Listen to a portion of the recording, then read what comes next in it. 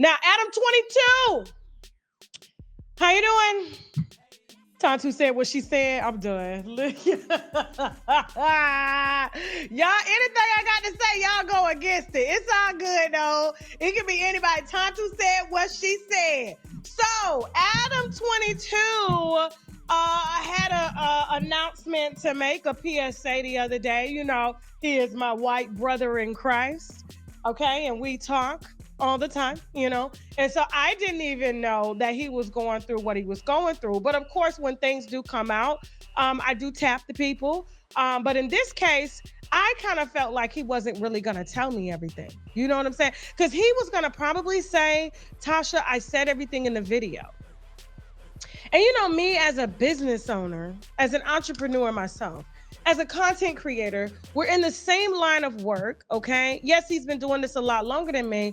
I just was reading in between the lines. So I decided to call one of my LA cop friends. And so after you hear his, that's a big taste. I'm supposed to be tasting this wine. You could tell I ain't sipped in a while, okay? For real. And so, oh my God. Y'all know this show finna get messy. Oh my. It's communion today. It's communion, okay? So here's the thing. That's good, especially if you guys don't like red wine. This is good, okay? This is the Finca Las Moras Malbec, all right? If you don't like red wine, this is it right here. You can put Adam back up. It's cool. Put Adam back up. I'm just saying my taste is good to go. It don't taste like vinegar and nothing. It's very even tone, very light body, and it does give you that first feeling that Ativan to give you, okay? Don't ask me how I know about Ativan. It's a long story. Here's the thing. So when he made this little video that you're about to watch, you know, and here's the thing. We talk all the time in the DM. We were just talking yesterday.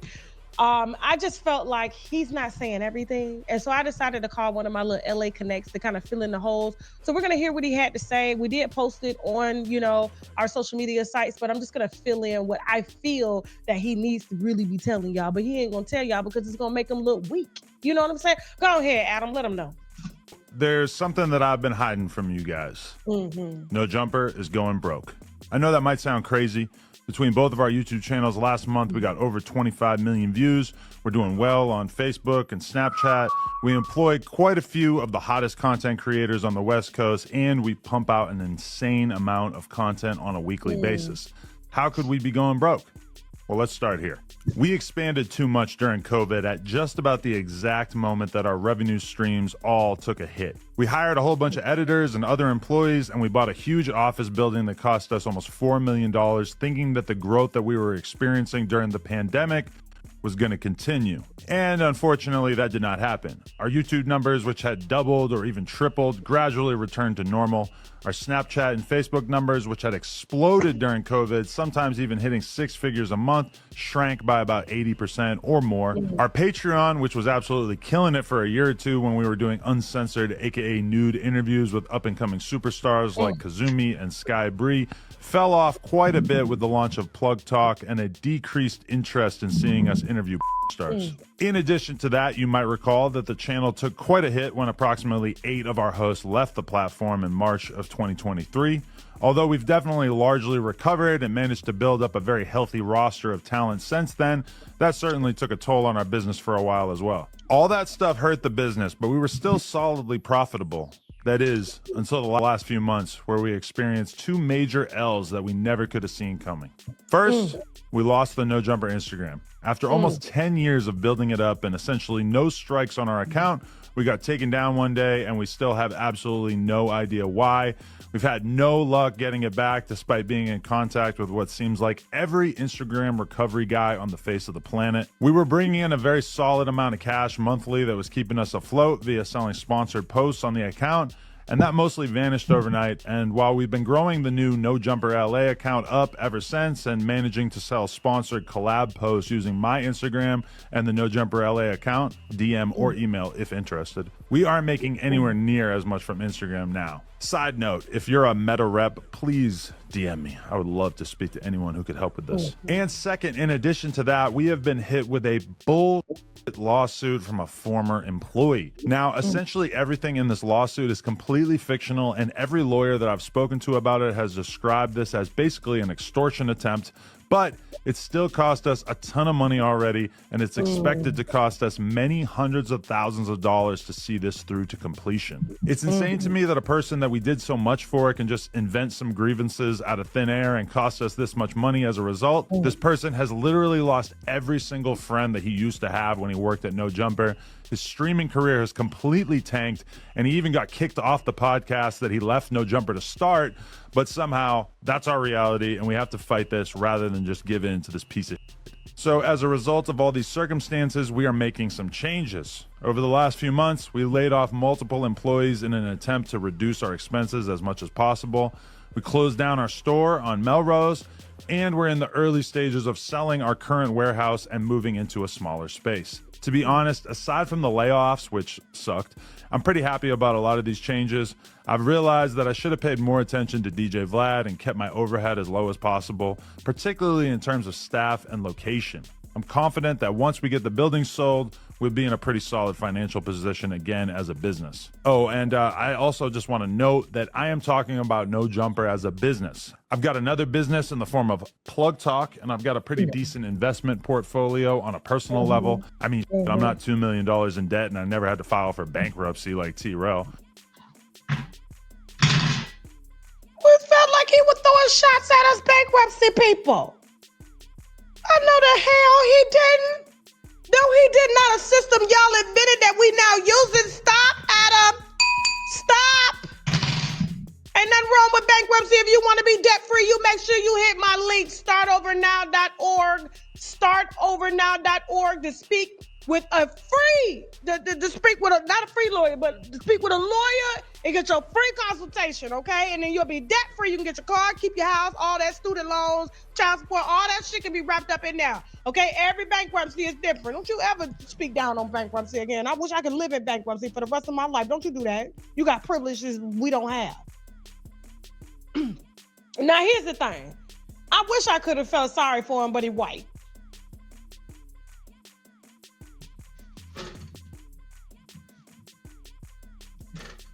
It's hard for me to hear the womp, womp, womp when you're white, you know, and there's nothing wrong with being white. I'm just saying, it's just, it hits different. You feel me? And so, you know, you saying you broke being white, and the fact that you're able to go out and get a $4 million studio, black businesses don't even get approved for that type of loans. It just, I don't know. It feels like you've got an asset on your hands and you're trying to move these assets because you got a lot of lawsuits underway, okay? And, you know, it takes money to keep money, okay? And so here's the thing. So I called up a little friend of mine that happens to work in, you know, the PD's office, LAPD. And apparently Adam is not telling the whole story. Now, he is more than welcome to come on the platform and address it. You know, I just kind of felt like I wasn't going to get the entire truth because it's got to do with a lot of that RICO stuff that's going on with Big U and Whack 100 and all those guys. And so apparently he went from doing like, I guess just regular underground rapper content to now it's content to ignite street beef. And then they come and talk on the platform about street beef. And then they carry out the street beef and then they use it to, you know, send shots at each other, sort of like what Vlad was doing for a while and then he stopped. You know what I'm saying? Because he was getting, you know, he was being called a fed and everything like that because they were asking to use his footage, even though he says he never gave them any footage. Okay, whatever. So that's what his platform evolved into, especially when he had linked with Whack 100, okay? And Whack 100 claims that he's, I guess, some type of set pyro. I don't know. You know what I'm saying? I don't really live that lifestyle. I've never dealt with people that live that lifestyle. But here's what I'm being told is that Adam gotta go. And the platform has gotta go because the thing about it is, it's like, you know, it's caused so many disruptions in the community with them using his platform to ignite beef. And then they talk about the beef and then they send shots. they're going to be queuing all of that content to use to build a case on these people that they just recently arrested, Big U and all those people. And so in order for him to not be labeled a snitch, even though his content snitches and they were snitching on themselves, it's better to just kind of pack up and move out of Dodge. You know, he makes a nice little living, you know, selling his wife and selling his penis. He told me personally he's been with over like 700 people. I was literally scared to even touch him. You know, like that to me, that's very disgusting. And so he's trying to get up out of that mix before he gets labeled something that he doesn't want to get labeled. And then he really has to kind of look over his shoulders like this, because they're going to be coming for his ass. So apparently Loose Cannon and all those guys that got locked up under this RICO charge under Big U, and they're slated to do Lil Baby here next. The reason they're slated to do Lil Baby, from what I'm hearing, is because Lil Baby is intertwined with Big U's organization. And so, yes, the talk of him catching a RICO is very, very real. And that's shocking to me, because I really thought Lil Baby had like learned his lesson and was staying out of the streets and stuff, but apparently not. I just don't understand how you got this much money, but it's just not enough. Why do you, if you fight so hard to get up out of a war zone, you know, like Dirk getting out of Chicago, Thug getting out of, you know, the hood of Atlanta, like they blessed you. Why do you keep going back? And then when you go back, they killing each other. And so this is what's happening. And so they're saying that his platform was used and will be used to put together the cases that they have on these men that they indicted. And so he's just basically trying to cut his losses now, because it's going to go south. Either he could just walk away now and no one will know what footage was being used and things like that, or, you know, he can just kind of face his fate. But LA PD has had enough. They want him gone, and they want all them dudes that he employed gone. But he has something he can fall back on. He's not a street dude, but the black guys don't, even though he was quote unquote saving them. Master was saving them. Yeah, they back in jail now. Mm-hmm. So this is what I'm being told by a very credible source that does work for the PD, and they want they want their streets cleaned up out there, and his podcast location is a problem. You saw Vlad got real quiet. I don't know. It ain't my business, though. I'm just relaying a message, okay? Hold on for a second. Hold on. Okay. I'm not gonna say he's a DJ Vlad. That's not what I'm gonna say. What I'm gonna say is that when you're using your platform was used to bring up and coming rappers and people that wanted to break in the industry. How did it turn into street beef? Like, how did it flip? Why do you have Whack 100 on there? Like, what? Like, you got to understand, and who's snitching and telling everybody when they about to get a RICO, as if he goes and checks in at the federal office every day to come on the platform to tell everybody, yeah, it's your week, your month to get a RICO, your turn. He's the only one that ain't getting locked up. Why? And because he white, he gonna slide. They ain't worried about him, but they are finna use that footage. And the only person I could blame is because that sat down to give him the footage. Moving on. Now, he don't snitch now.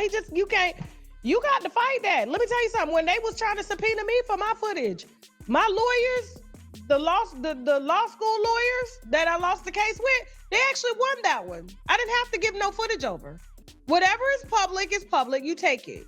Now, there have been some federal agencies that we cooperated with, especially when it's involving scamming and all that stuff, but they wanted my sources, and then those sources were going to be turned over to R. Kelly's team. And at that time, R. Kelly's team was issuing out threats and stuff. And none of my sources was going to catch nothing behind talking to me. So no, I'm sorry. So yeah, and here's the thing too. He being sued. You ain't supposed to move no assets while you under no lawsuit. The only way you can do that is by filing bankruptcy. Startovernow.org. So I don't know why he's talking about, at least I have to file bankruptcy. Well, it's going to be considered that you knew that you were in a lawsuit and you were moving assets, and you're not allowed to move assets while you're in a lawsuit because they're going to revert them right back. But if you file bankruptcy, you ain't got to worry about moving it. And it wasn't very smart of you to sit up and talk about your extensive portfolio when everybody now was losing money on the market. Everybody losing money. I just saw a white man literally apologizing to all of his clients for losing $150 million of their portfolio. I said, well, damn. Okay. But I don't know nothing. Okay. A few of his employees are suing him. Let me tell you something. These people that platform these porn stars, these rappers, just, whenever they're quote unquote trying to help, and then you have, gang members that are hosts on the show, what happens is they tend to threaten other people, and you're the boss. So of course, if I get threatened while I'm on your show, I'm gonna sue you. I'm gonna sue you. It's gonna happen with zoos. All of them. I'm telling you, it's coming down. We safe. Only people we gotta worry about is who we talk about. And I don't give a damn about that. Catch me if you can, bro.